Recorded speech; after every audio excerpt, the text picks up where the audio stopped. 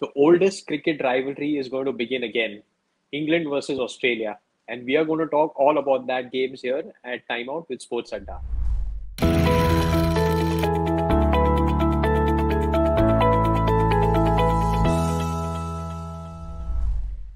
Arun, the Ashes are back. Are you excited? Look at the smile on my face, Akhil. That should tell you. But listen, this is cruel to us. This is cruelty. There's 140 years of cricket history. There's so much to talk about, and we've got to package all of that in about 16 minutes, I think. 16, 17 minutes. This is not fair to Absolutely. cricket fans, to people who live cricket. Well said. I mean, 16 minutes. This show can go on, and we can talk so much about this rivalry. So many interesting pieces. Like there are still so many big names in both the teams. England have not won in Australia for almost now three Ashes. Two Ashes. They've Two struggled Ashes. Yeah. big time there now. So Yeah. there's so much to talk about. Okay, so before we head on and we talk about the games and like a couple of fan sites that we want to talk about as cricket fans, like we had Arun in the previous version of Time Out with Sports Adda, we are going to be having a contest again where people who listen into us get a chance to answer a simple question. Again, you're not allowed to answer. You can give a hint like you did last time. And people who can answer correctly and follow us on our YouTube channel, they'll win a signed merchandise piece from Redley. So we are going to be continuing that contest here. So we'll start with our chat. We'll be happy to welcome thoughts, suggestion in the comment section, and then at the end we'll have the question coming in for people to answer it. Is that fine? Absolutely. That's the way to indulge in cricket conversations, Akhil. Yeah. Okay, You lovely. you kind of mentioned it briefly, Akhil. I was just looking through the numbers. England haven't won in Australia in the last two tours. I mean, that's just a fact. If you dig a little deeper, it's 9 losses for England and a draw, right? That's just Yeah, on the surface. What's interesting is the kind of drubbing they've received, Akhil. Astonishing, results against England. Now I'm yeah. just looking at the margins by which Australia won or England lost. The last two tours. So it's 381 runs, 218 runs, 150 runs, 8 wickets, 281 runs, 10 wickets, 120 runs, innings and 41, innings and 123. I mean, if you were to go on that those were not even contests. And what is also interesting is, like you mentioned, that England have been thrashed, but Australia at home have not been great also. They've No. lost two series to India. They've lost to South Africa at home. So while they've dominated England in the Ashes, they've not had the kind of dominance that they used to have at home, isn't it? No, but speak to Australian fans, Akhil. All that matters to them is the Ashes. Hmm. It's like India Pakistan. You can lose to whoever, don't lose to Pakistan. If you're an India fan, if you're a Pakistan fan, don't lose to India. So that's how it is. If you're an Australian cricket fan, Ashes and nothing else matters. Okay. But So here's another set of numbers. Sorry, Akhil. You know, just talking about preparation and how these two teams are coming into the series. Looking at this calendar year, 2021, Australia played 2 test matches at the start of the year, which were against India, and hmm, nothing else. They've been playing yeah, white ball cricket, white ball cricket, white ball cricket. So in a sense, they're coming into such a big series underprepared. They may have yeah. played, intra-squad matches. They may have played the Sheffield Shield, but for heading into a big series like the Ashes, I think Australia are a little undercooked. And there's so much happening outside the field, Arun. There's been a huge captaincy change. I've not had access to reading a lot of Australian newspapers, but I'm sure there must be a lot of slandering that you can call for Tim Payne and the way. Do you think there's a way back for him now, or his career is done? No, I still believe. In fact, I messaged Penny to say, "Keep believing, mate. This will tide over." So really good bloke, Akhil. Tim Payne's a real good bloke, and I really want him to come and play again for Australia. And given the fact that the last Test match could be played in Tasmania in Hobart, I think that'll be a fitting farewell to one of Australia's, really good blokes. Hmm. So I'm going to jump in and have this chat, Arun, and we'd love to know what people who listen in and they have their opinions. Captaincy is such a huge credit to have in Australian conditions, Arun. The legends that they've had as Australian captains have been huge, and now for like a long time, it's always been batters who batted in the top order as a captain. Tim Payne was an exception, but the one choice that they've made now, uh, obviously a huge cricketer. The impact that he's had, Pat Cummins, on the game is immense. But what do you make of that choice? And as a cricket fan, I'm not saying as somebody working in the business of cricket, but as a pure cricket fan, a fast bowler as a captain, very rare. So thoughts on that? Australia really didn't have any other option. They had to go to Pat Cummins. That was an obvious choice. But I'm not a big fan of making fast bowlers captains, Akhil. What Mm, this does is A, he's got to think about his bowling. B, he's got to think about field settings, blah, blah, blah. And if you're making a fast bowler a strike pacer as a captain, it means he cannot afford to break down or miss a match in a big mm, series. That for me is a worry. There's so much pressure. There's going to be so much pressure on Pat Cummins. I mean, there was a time when Pat Cummins could do nothing wrong, Akhil. I remember 2019, I think it was when India toured there. Pat Cummins could do nothing wrong. There were banners saying Pat Cummins for James Bond, Pat Cummins for PM. Pat Cummins could do everything. You wanted a wicket, he'd get you a wicket. You wanted runs, he'd get you runs. If you wanted a run out, I remember Pujara, I think it was yes, last ball of the Adelaide. day, yeah, last ball of the day. I think it was last over of the day. He cost, sensational run he had.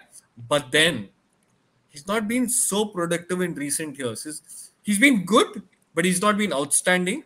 And now it'll be interesting to see how much that pressure and the burden of captaincy weighs on the shoulders. Interesting. I was reading an article by Ian Chappell. He's mentioned that it's been a little odd for him to see Steve Smith back as a vice captain, because the punishments that were handed out, David Warner is not a part of the discussions, but Steve Smith is back as vice captain. So Ian Chappell said he was a little surprised. As a cricket fan, Arun, I'm just putting it out there as a pure cricket fan, saying that captains previously have been charged with ball tampering, right? Faf du Plessis has been accused of that. He's been, I think, banned for a couple of Test matches. Steve Smith, when he was a captain, he was caught. His team was caught doing wrong conditions of the ball, not keeping the spirit of the game correct. But now he's back as a vice captain, and David Warner is nowhere in the discussion. Firstly, different rules for different captains, Arun. Faf du Plessis missing out on a couple of Test matches. Steve Smith banned for a complete year. Fair, not fair? That was absolute bollocks, Akhil. I think Cricket Australia kind of jumped the gun, and they were kind of, I think, weighed under the pressure of the Prime Minister kind of, jumping into the argument. I mean, it was a mistake, yes. Like you said, it's happened in the past. It will happen in the future. Let me mention this. It will happen in the future. Playing conditions are there. The code of conduct is there in the ICC. Cricket Australia, if they have a code of conduct, fair enough. Give them a 1 match suspension, 2 match suspension, but a 6 match captaincy ban or half-year captaincy ban, lifelong captaincy ban, not to be discussed and considered for leadership. Absolute bollocks that was. I mean, I think Cricket Australia were way off the mark there, and like you said, that wasn't called for at all. Warner, perhaps being the instigator, I can understand if you handed him out a more severe punishment. No, but you just cannot say you play in the team but mind your own business, right? That's Exactly. not the way to go about stuff. Exactly. And I mean, there have been previous offenders. We've seen people biting the ball. We've seen people stamping their feet on the ball, and they've got away with far lesser. But somebody of a stature of a Steve Smith, No. I think Very Australia has been unjust. just very unjust. And I think Australian cricket has been robbed of at least some kind of stability with a captain. And their best batsman has always been their captain, if you remember, right from Yeah. a Taylor to Steve Waugh to Ricky Ponting after Bradman, that, Michael Clark. go back to Sir Don Bradman onwards. Many. many great captains who've been outstanding batters. Okay, great. Also, the second point now I wanted to ask you, and we are going to talk purely here as people who are watching the game as fans now. Joe Root versus Steve Smith, Arun. That's going to be a huge battle. Joe Root is coming off a big year. The kind of consistency that he's shown while batting has been outstanding. Joe Root versus Steve Smith. What's your pick there? Steve Smith. I know Joe Root's in form. He scored to close to 1,500 runs this year. I think Joe Root has, but Hmm. Steve Smith is due for runs, Akhil. He Hmm. and come the Ashes. You remember what happened the last Ashes, don't you? So I'm Yes. going to back Steve Smith. Yes, I mean, I'm a big fan of the way that Steve Smith bats, Arun. The way he's constructed his career, test career, the way he sets himself up to get those big scores. I think mentally he's found some different gear compared to the others. The kind of batting that he's shown across the three series against England, uh, just outstanding. So for me also, Steve Smith there. You What were was the saying. line, Akhil? What was the line? Steve Smith found his hands, did he? There was something that came out. I think it was Bharat Sundaresan who said, or I don't know if it was Steve Smith's quote or somebody else's quote, but Steve Smith batting in the net and they said, found his hands. Man, I cannot wait to see Steve Smith. I mean, I really enjoy watching Joe Root bat, but Steve Smith and Manas Labushkagne, both Absolutely. of It's them. like a I'm really looking forward to watching both of them, bat. why I'm more interested to see Joe Root, Arun, is for a change, he will have some kind of partner there, a steady partner. Ben Stokes coming back.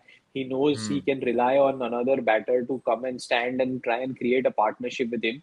If you look at it in England's last Test series versus India, Joe Hmm. Root was like a one man, the single man standing on the ship. So he's handled that, and it was a good bowling attack that he was getting those runs against. Arun. It was not like three spinners that India were bowling in England. Jasprit Bumrah, Mohammad Siraj, Mohammad Shami, Ravinder Jadeja. It was a solid attack. So Joe Root must be on a different. He must be very confident. He's not scored 100 in England in Australia yet. Astonishing, isn't it? Yeah, I was about to say Astonishing. astonishing. He's not scored 100. He averages 39 in Australia, Akhil. 39. And he's had like two full tours, isn't it? He's been on the tour of 2014 when Mitchell Johnson was around. He was a captain last series here, so he's had 10 good test matches in Australia. And for such a big batsman not to have got 100, he'll want to definitely correct that. So But far improved player now, riding high on confidence as well. He's threatening that record, Akhil, most runs in a calendar year. So yes, so we have he'll have spoken that in about it. in one corner of his eye. He's got. I'm just looking through the numbers as we speak.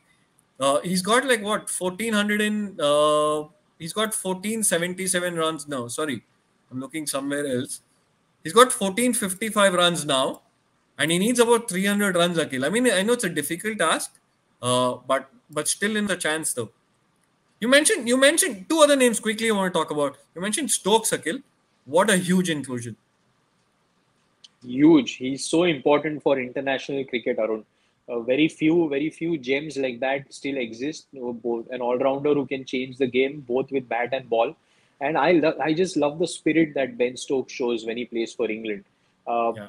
just amazing to see the commitment he shows for playing for the country. So always happy to see him back. I would have loved to see Jofra Archer too. Yeah, there are very few cricketers, Akhil. In fact, we were having a chat in the commentary box the other day, during the Sri Lanka West Indies test. Very few cricketers can actually walk into a team on the basis of either batting or bowling alone. And Ben Stokes is one of them. I mean, you just recall Gary Sobers is one name that comes to mind straight away. Jack Callis, perhaps, is another modern day cricketer who comes to mind. Uh, then you're really looking at Ben Stokes. Not too many. There might be a few others. Uh, Apologies for missing their names, but yeah, top of the mind, just these three cricketers. I mean, we talk about Jason Holder, we talk about Ravichandran Ashwin, for instance, but their skills are slightly skewed towards one side, towards the bowling. So gun cricketer, absolutely gun cricketer. Hmm, interesting. Okay, so Last one before we wrap, Akhil. I think we've run out of time. Last quick one. Anderson missing the first day. I thought that was rubbish from England to not to make. I mean, they're saying we're preparing James Anderson for the second test, which is a day and nighter. My take is whoever wins the first test match will win the series. So therefore, I find it, amusing that England have decided to rest their premier bowler, especially when Jofra Archer is not there. Brisbane has been always tough for swing bowlers who don't have that pace. But So Akhil, here's England's great chance to go 1-0 up because Australia are coming out of hibernation. If England were to win that 1-0 going into Adelaide, good chance that could become 2-0 and Australia under pressure. That's the way I see it. But yeah, in England are obviously seeing it differently, and they've decided to rest Anderson for that first test match. I don't agree with that. okay, and before we wrap, Arun, like we had mentioned, we have a question coming up for people who listen in to us. It's a simple question. The question is that in the current test team, in the current test teams, both from both sides, which batsman has the highest test average?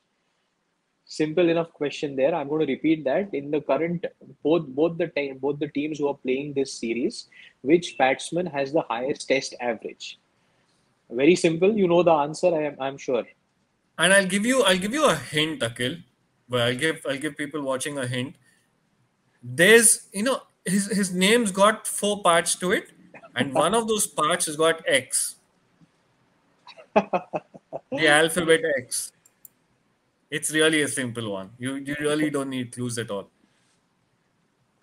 Okay, lovely. So that's it. Your prediction for the first test match then, Australia? Australia. In fact, I was going to ask you quick picks: top run getter, top wicket taker, and series.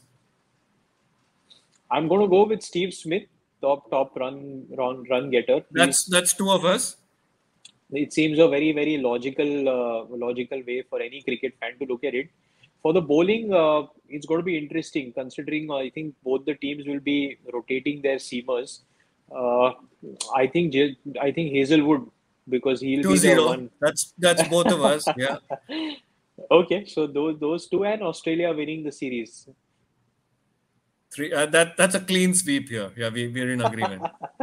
Okay, so we'd love to hear thoughts of people who listen in to us, what they think Best about the most series. runs, most wickets, and series. Yeah. Please do reply We'll to us see. on.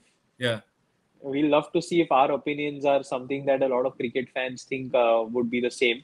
So fantastic, good coming back here at Time Out with Sports Adda, Arun. So much cricket action happening coming up.